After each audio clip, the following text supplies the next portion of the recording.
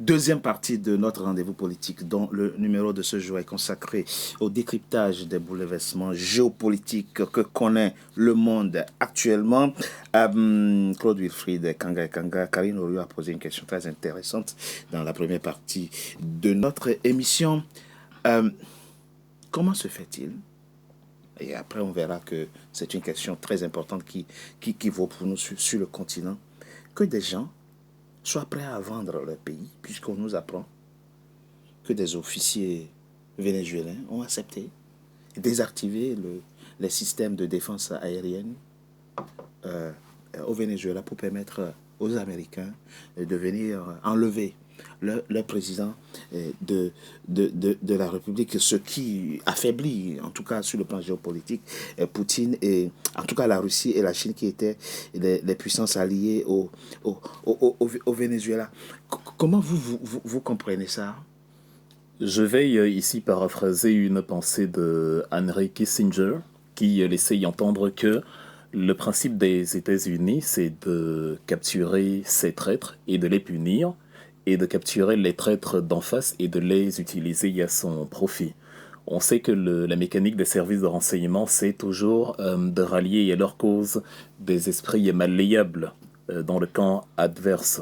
Les attaques du Mossad contre l'Iran lors de l'opération Rising Lion, il y a quelques mois, lors de la guerre des 12 jours, n'auraient pas été possibles s'il n'y avait pas aussi une complicité de renseignement en interne. C'est valable d'ailleurs dans les deux camps.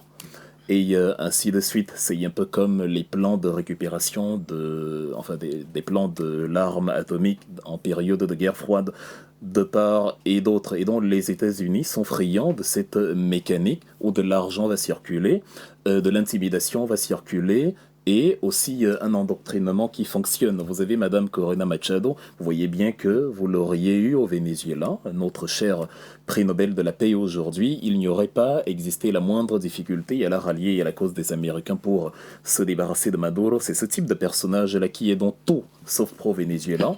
Elle est pro-Israël, pro-Palestine, pro-Donald Trump, pro-Amérique, voilà, elle est pro à peu près tout, mais elle n'est pas pro-Venezuela. Et donc, on a besoin de ce type de personnage dont justement, qui trouve que Donald Trump est tellement génial que c'est lui qui mériterait le prix Nobel de la paix, après y avoir, aux côtés de son camarade Netanyahou, bombardé la télévision des civils, la télévision en Iran notamment lors de la fameuse période. Donc, c'est le premier principe qui permet que ce genre de choses fonctionne, c'est-à-dire la volonté d'avoir à notre cause ceux qui, dans le camp d'en face, seront évidemment considérés comme des traîtres. On ne peut pas y résister? On peut y résister quand on a la conviction. Le Venezuela est une république bolivarienne, Oui. C'est-à-dire M. Maduro, quand il accède au pouvoir en 89, s'inspire du militantisme de Simon Bolivar. Vous savez, Simon Bolivar, ce réunificateur qui avait formé dans les années 1820 ce qu'il appelait la Grande Colombie, qui regroupait le Pérou, la Colombie, le Venezuela. Il était d'ailleurs né au Venezuela, même si aujourd'hui il y a un pays qui porte son nom, la Bolivie. Et donc, beaucoup, au fil du temps, même après la mort de Simon Bolivar, beaucoup de mouvements s'en sont inspirés. Les sandinistes au Nicaragua, notamment, qui ont été combattus par les États-Unis, qui leur avaient préféré la famille Somoza, qui, elle, va chuter lors de la fameuse révolution sandiniste à la fin des années 70. Et donc, au Venezuela, vous avez, avec des Carlos Pérez ou des Rafael Caldera, des gens qui sont plus ou moins, qui ont une pratique des États-Unis et qui sont d'une certaine manière acquis dans une grande mesure à la cause de Washington. Et donc, quand M. Maduro arrive au pouvoir, il remet à l'ordre du jour le principe de la résistance bolivarienne. Oui. Les réformes gauchistes, les réformes sociales gauchistes, qui vont être évidemment extrapolées par les Américains comme étant du communisme, et on sait comment le communisme est traité depuis la Maison-Blanche, et il va avoir à ses côtés des gens qui pratiquent cette idéologie. Je pense notamment à Madame Delcy Rodriguez, qui suscite de la méfiance de la part de beaucoup, mais je pense qu'une femme comme ça, dont le père, Jorge Rodriguez, a été victime en 1976 de la torture du régime Caldera, il a été torturé à mort, il a perdu la vie. Oui, ce n'est pas ce type de personne, vous ne pouvez pas compter, vous ne pouvez pas espérer que ce type de personne va plier le genou devant Donald Trump, et c'est pour ça qu'elle a fait savoir à plusieurs reprises, contrairement à ce que Trump dit, que oui, dans une logique de coopération, le Venezuela n'a rien à gagner à faire des guerres stupides. on veut bien respecter les Américains, engager des partenariats dans la mesure du possible. Mais il est hors de question que le Venezuela soit soumis à un quelconque diktat de la Maison Blanche. Donc, c'est une logique de conviction.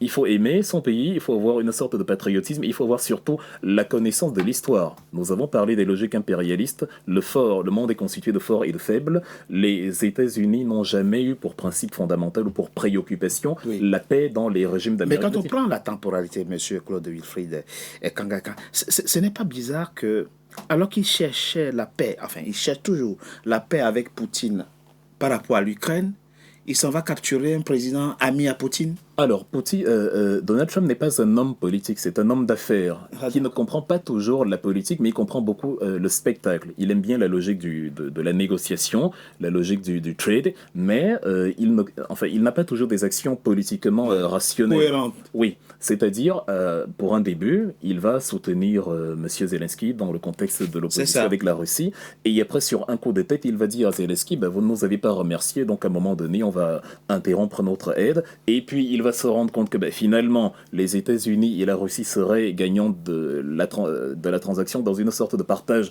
de l'Ukraine. Et donc, il va inviter le 15 août M. Poutine en Alaska. Et il va lui dire, si on se partageait ce morceau de gâteau. Et il va demander dans la foulée aux Ukrainiens de rembourser par les ressources qu'il y a dans leur sous-sol l'aide américaine depuis le 24 février 2022. Et après, voilà, il va justement toujours procéder comme ça. Mais en termes de faiseur de paix, ce n'en est pas un. C'est quelqu'un qui fait beaucoup de spectacles, beaucoup de shows. On l'a vu lors du bombardement. J'en ai parlé à plusieurs reprises dans nos discussions. Quel bombardement? Oui, le bombardement sur les sites nucléaires iraniens. Ah oui, en juin dernier. Oui, c'est-à-dire c'est beaucoup de... On n'est pas sûr aujourd'hui que les sites ont été détruits, d'autant plus que l'Iran a sécurisé en amont les stocks d'uranium. De la même manière, au Nigeria, vous l'avez évoqué, il va bombarder sous fond de lutte contre l'oppression des chrétiens, mais ce n'est pas à travers des bombes larguées en 24 heures que vous allez résoudre la problématique. De la même manière, on le voit au Venezuela, il va capturer Maduro. Même Emmanuel Macron, ici en France, a la naïveté de penser que c'est dans une logique de remplacer l'ordre actuel par une autre figure. Ouais.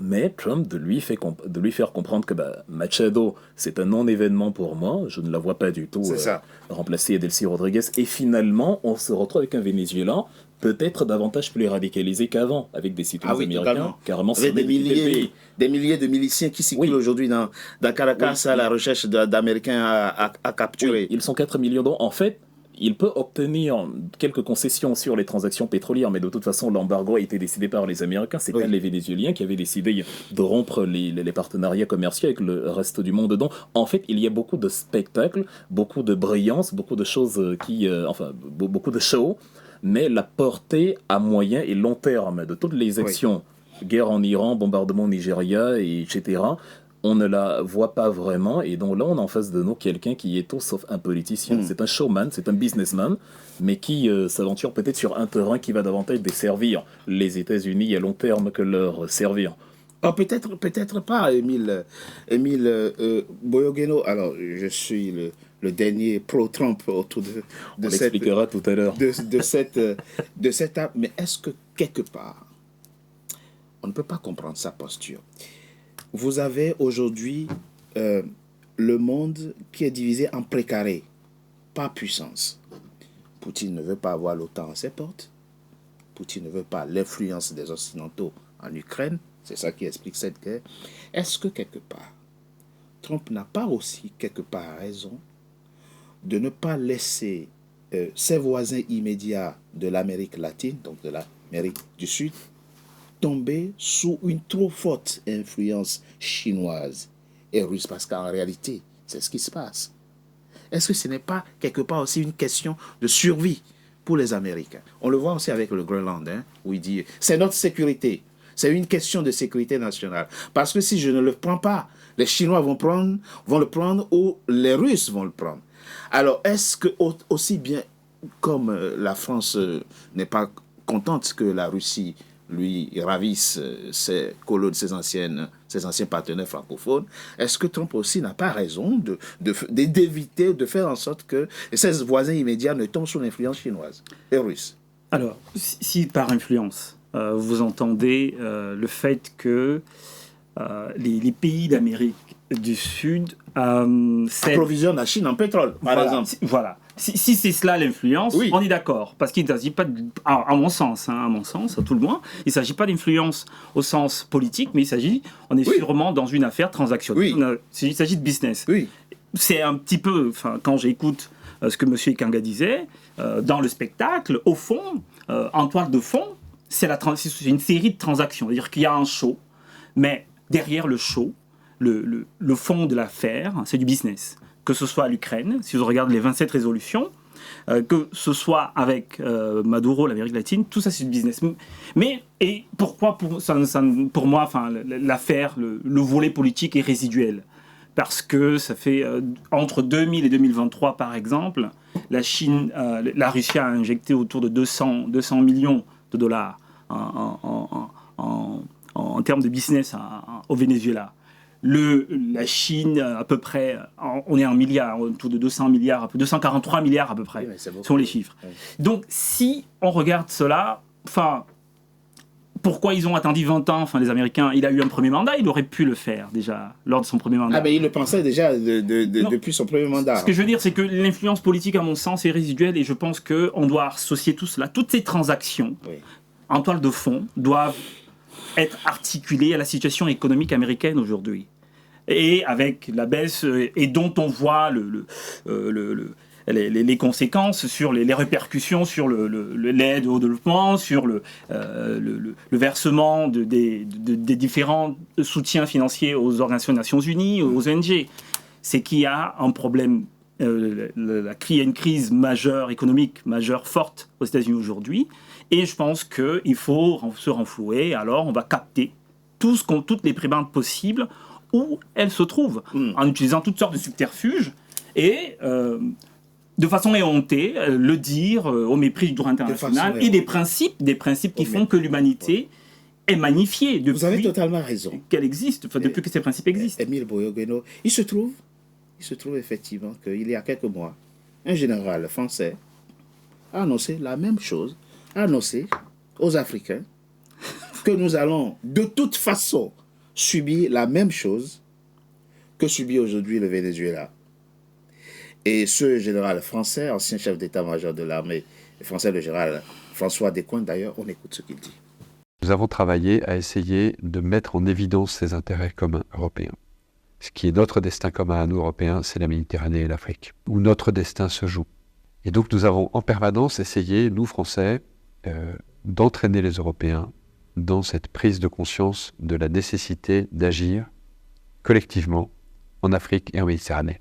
Et je suis absolument désolé de voir l'échec de nos engagements au Sahel.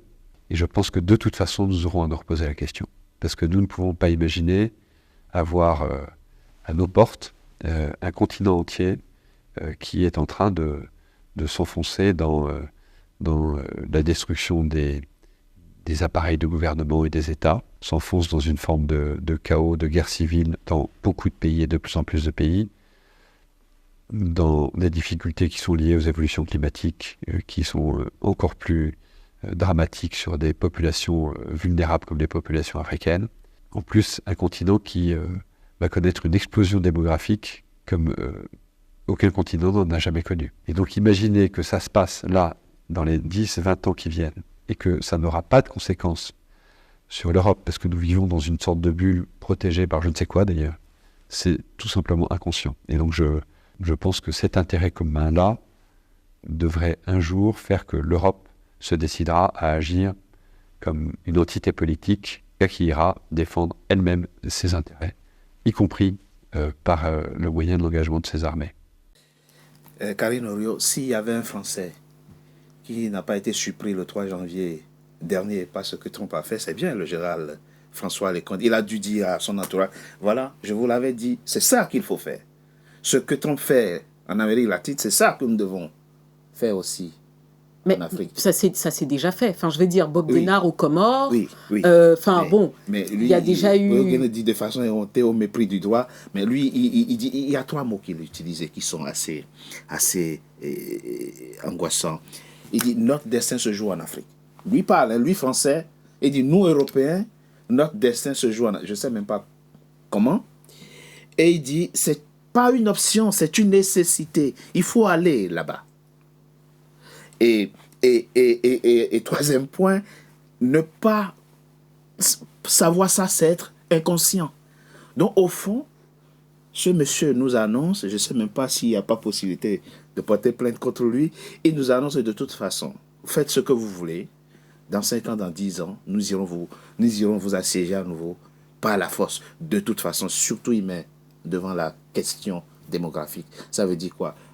On connaît leur rhétorique, on l'a vu à Le Monde selon Bush, vous vous souvenez, où on dit ils se multiplient comme des lapins. Donc pour eux, nous sommes en train de nous multiplier comme des lapins. Il va falloir mettre fin à ça. C'est angoissant d'entendre des choses comme ça, non? Non, il faut qu'on soit réaliste. Ah, on le sait très bien. Effectivement, sur notre continent africain, l'influence française, puisqu'il est question d'influence, s'est vue, elle n'avait plus le monopole. C'est-à-dire que la France n'avait plus le monopole de ses anciennes colonies, et qu'à côté de ça, de nouveaux partenaires, on peut les appeler comme des nouveaux partenaires, mais qui ont toujours été là, mais qui n'avaient pas la même influence. La Russie ou encore la Chine, se sont imposés de plus en plus. Effectivement, la France n'a pas pensé à cela, l'Europe n'a pas pensé à cela. Et lui propose, il faut qu'on y retourne, mais cette fois-ci par la force. Mais il y a une problématique qui est quand même importante, c'est que derrière tout ce qu'on vient de décrire entre ce qui se passe avec les États-Unis et le Venezuela, on parle d'or noir, on parle de ressources, c'est que le monde a besoin de quoi ? De quoi est-ce qu'on a besoin aujourd'hui? On est dans un monde qui est de plus en plus numérique, où il va falloir des voitures électriques. Parce que quand il part de l'argument de la démographie en ce qui concerne le continent africain, et qu'on est en Occident, on nous parle beaucoup de tout ce qui est électrique, comment on fait pour alimenter tout cela? Ces matières premières se trouvent où? C'est simple. C'est simple. On a parlé des États-Unis. Trump n'était pas content parce qu'effectivement, on l'a rappelé, il n'a pas eu le prix Nobel de la paix. Mais c'est Trump qui a fait asseoir le président Kagame et le président Tshisekedi pour un accord de paix que beaucoup d'ailleurs ont qualifié d'accord minier. Oui. Bon, on parle de quoi? On est réaliste. Je veux dire, on ne peut pas dire en tant qu'Africains que nous, on est surpris par ce qui se passe, on sait très bien ce qui se passe. Claude Wilfried Kanga, bon, maintenant que nous sommes prévenus, qu'est-ce qu'il faut faire? Il faut développer l'arme nucléaire. C'est brutal comme réponse. Oui, elle est très brutale et c'est en connaissance de cause. Qui veut la paix prépare la guerre. La paix ne se fait pas entre le fort et le faible, ça n'a jamais existé. La paix se fait entre deux puissants. Je dis deux puissants, pas deux puissances, deux puissants. Deux entités puissantes, si vous voulez. Ce qui a empêché les États-Unis de repousser le rideau de fer lors de la période 45-90, c'est précisément la capacité de l'Union soviétique à donner le change à Washington. Le fameux équilibre de la terreur ne vient pas du hasard. Ce qui a permis aux Américains dans le même temps, ou peu avant, de marcher sur le Japon ou de dominer l'Allemagne et d'en faire quasiment l'une des plus grandes bases militaires américaines hors du territoire américain, c'est le rapport de force. Ce qui empêche par contre les États-Unis de marcher sur la Corée du Nord, c'est parce que la Corée du Nord s'est donné le moyen de répondre de manière plus ou moins proportionnelle, j'exagère un peu, mais à travers la réponse nucléaire aux États-Unis. Le monde ne fonctionne que sur la mécanique du rapport de force. On ne négocie pas avec quelqu'un qu'on peut écraser, même si négociation il n'y aurait pas eu. C'est la fameuse mécanique du loup et de l'agneau, la raison du plus fort. L'Afrique, pour minimiser un peu la réponse et la rendre moins brutale que celle que j'ai donnée en premier ressort, et plus réaliste. Même si je maintiens, non, c'est tout autant réaliste. Vous voyez ce qui se passe avec l'Iran. Il ne faut jamais laisser un État africain développer l'arme nucléaire. Il y a une cinquantaine d'États africains. Aucun des pays qui ont l'arme nucléaire, et aujourd'hui la Corée du Nord, la Chine, ne l'a développé sous un regard bienveillant de ceux qui la possédaient déjà. Il est évidemment que ceux qui la possédaient voulaient garder le monopole pour jouer le gendarme du monde. Alors, en attendant de développer l'arme nucléaire, il faut apporter en tout cas une réponse militaire accrue. Il faut nouer des partenariats solides avec des entités qui peuvent nous apporter un réel échange technique, un réel échange militaire, mais évidemment, il ne faut pas avoir la naïveté de se dire on va rester de gentils toutous innocents et la bien aimable Russie viendra à notre secours. Il faut être capable, justement, t'offrir de céder quelque chose en échange et de limiter le partenariat dans le temps, parce qu'un partenariat qui a du sens, c'est un partenariat qui vise à s'autonomiser. Si on reste dans le parapluie russe ou chinois ou que sais-je, on va tomber dans la même problématique que les pays européens face aux Américains dans le cadre de l'OTAN. Eux-mêmes aujourd'hui comprennent à leurs dépens, l'Allemagne notamment, l'Allemagne, le Danemark, que c'était absurde de ne pas chercher à s'autonomiser, de se dire les États-Unis vont continuer à nous protéger pendant que nous, on va faire fonctionner l'économie. Un pays comme l'Allemagne qui pensait sérieusement que nous allons jouir de l'excédent commercial avec les États-Unis et sur le plan militaire, les États-Unis assureront notre protection. Donc les mésaventures que vivent les Européens devraient nous servir de leçon en Afrique, d'autant que les États-Unis viennent de leur montrer qu'ils peuvent venir et fabriquer n'importe quel prétexte ou pas. Ils peuvent venir et décider, bon, le pétrole du Nigeria m'intéresse, je vais intervenir. Mais c'est vrai ce que vous dites. On a un élément de réponse avec l'AES, par exemple, qui, avant de développer l'arme nucléaire ou un arsenal militaire proportionnel, a quand même apporté une réponse, un trident de réponse aux Américains. Lorsque les États-Unis disent on ne veut plus de citoyens de tel ou tel pays sur notre territoire, ils répondent de manière proportionnelle, du tic au tac, dans une logique de réciprocité. Nous non plus ne voulons plus des Américains. Et qu'est-ce qui complique la démarche des Américains dans ces territoires? C'est que s'attaquer au Niger, au Mali ou au Burkina individuellement, c'est impossible. S'attaquer à n'importe lequel d'entre eux, c'est s'attaquer à tout le monde. Et même si militairement, ils sont 1000 fois inférieurs, il y a une réponse politique et citoyenne. C'est impossible.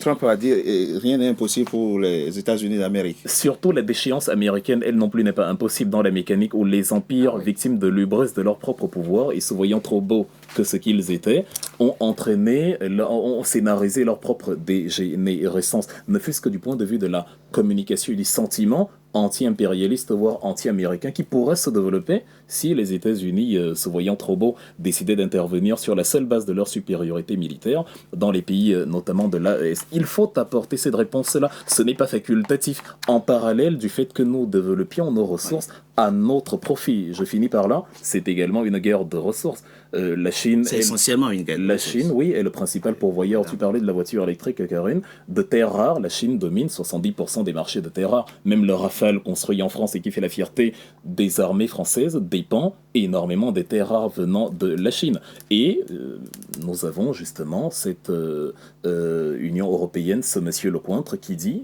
c'est dans cette logique-là qu'il dit, il faut que nous nous intéressions à nouveau à l'Afrique parce que nous pourrions perdre la ressource qui nous permet d'alimenter notre technologie. Je propose qu'on marque une courte pause. On se retrouve dans quelques instants pour la troisième et dernière partie de notre émission. Tout de suite. NCA, désormais sur Free.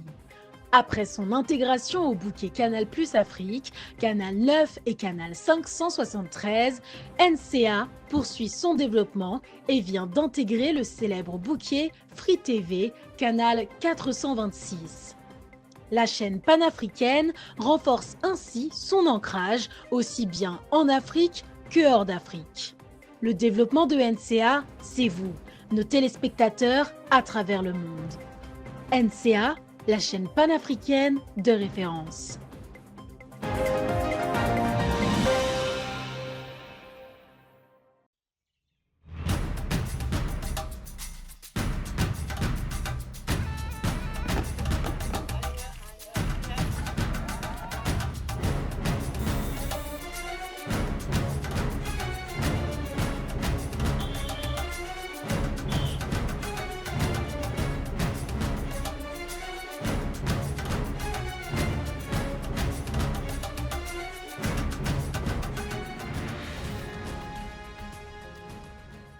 NCA, la nouvelle chaîne africaine.